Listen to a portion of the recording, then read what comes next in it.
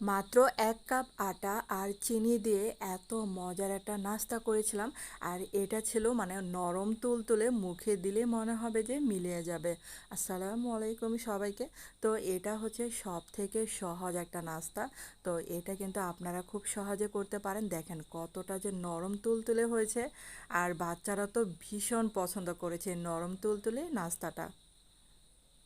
আর এখানে দেখেন আমি যে প্রথমে ১ কাপের মতো পানি দিলাম, তারপর হচ্ছে ১ চা চামচ ঘি দিলাম, আর এই যে অল্প একটু লবণ দিলাম এখানে। তারপর হচ্ছে এখানে ১ কাপের মতো আটা দিলাম। আর চাইলে কিন্তু আপনারা ময়দা দিয়েও এটা করতে পারেন। আর এখন হচ্ছে রুটির মতো যে একটা মানে গরম পানি যে রুটির ডো করে সেরকম আর কি ডোটা তৈরি করে নেব।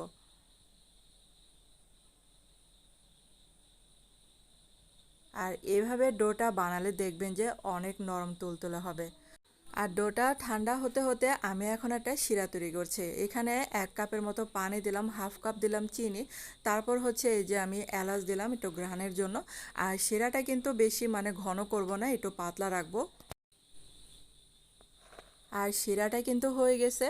আর এই যে ডোটাকে দেখেন হাতে একটু তেল বা যেটা ঘি হোক মাখিয়ে তারপর হচ্ছে ডোটাকে ভালো করে মথে নিতে হবে। তারপর দেখেন এই যে মোটা একটা লতির মতো বানিয়ে নিলাম, আর এই যে চাকু দিয়ে কেটে নিচ্ছি। আর আমার মতে কি জানেন, সব থেকে সহজ একটা নাস্তা এটা, এটার কোনো ঝামেলা নাই। তো ঘরে তো আটা ময়দা যেটা হোক থাকে, তখন কি করবেন আটা দিয়ে কিন্তু এই মজার একটা নাস্তা তৈরি করতে পারেন। তারপর হচ্ছে কাঁটা চামচ দিয়ে একটু মানে চাপ দিতে হবে, আর এটা কিন্তু কোনো ডিজাইন হবে না, জাস্ট একটু এই যেরকম করে করে নিলাম আর কি। আর সবগুলো সেমভাবে করে নিলাম। তারপর হচ্ছে দেখেন তেলটা বেশি গরম হওয়ার আগে কিন্তু এই পিঠাগুলো দিয়ে দিতে হবে। আর চুলার আঁচটাকে আমি একদম মিডিয়াম আঁচে রেখে দিয়েছি। আর এটা হচ্ছে একটু আস্তে আস্তে মানে ধীরে সুস্থে ভাজতে হবে, মানে এটা জলদি করা যাবে না, তাহলে কিন্তু এটা এতটা সফট হবে না। আর এই যে দেখেন আস্তে আস্তে কিন্তু কালারটা চলে আসছে।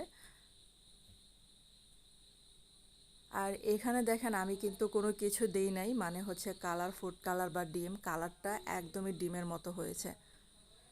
তো এগুলো হয়ে গেছে, এগুলো কিন্তু গরম অবস্থায় শিরার মধ্যে দিতে হবে। আর শিরার মধ্যে গরম অবস্থায় দিলে এটা কিন্তু অনেক সফট হবে রসটা ভিতরে শুষে নিলে। তারপর এটা হচ্ছে আমি 2 থেকে 3 ঘন্টার জন্য রেখে দিব। আর 2 থেকে 3 ঘন্টা রাখার পর 1 ঘন্টা পরও হবে। এই যে দেখেন একদমই কিন্তু রস নেই, রসটা কিন্তু পুরোটাই শুষে নিয়েছে। আর আজকের রেসিপিটা আপনাদের কাছে কেমন লেগেছে অবশ্যই কিন্তু কমেন্ট করে জানাতে পারেন। আর নতুন নতুন রেসিপি দেখতে হলে পেজটাকে ফলো এবং চ্যানেলটাকে সাবস্ক্রাইব করে কিন্তু রাখতে পারেন, তাহলে যখনই কোনো ভিডিও আপলোড দিব নোটিফিকেশন চলে যাবে সবার আগে আপনাদের কাছে। এখন দেখেন একটা ভেঙে দেখাচ্ছি, দেখেন কতটা যে নরম তুলতুলে হয়েছে, আর এত সফট, মুখে দিলে মনে হবে যে মিলিয়ে যাবে। তো অবশ্যই কিন্তু এই রেসিপিটা ট্রাই করবেন বাসায়। তো ধন্যবাদ এতক্ষণ আমার ভিডিওটা দেখার জন্য।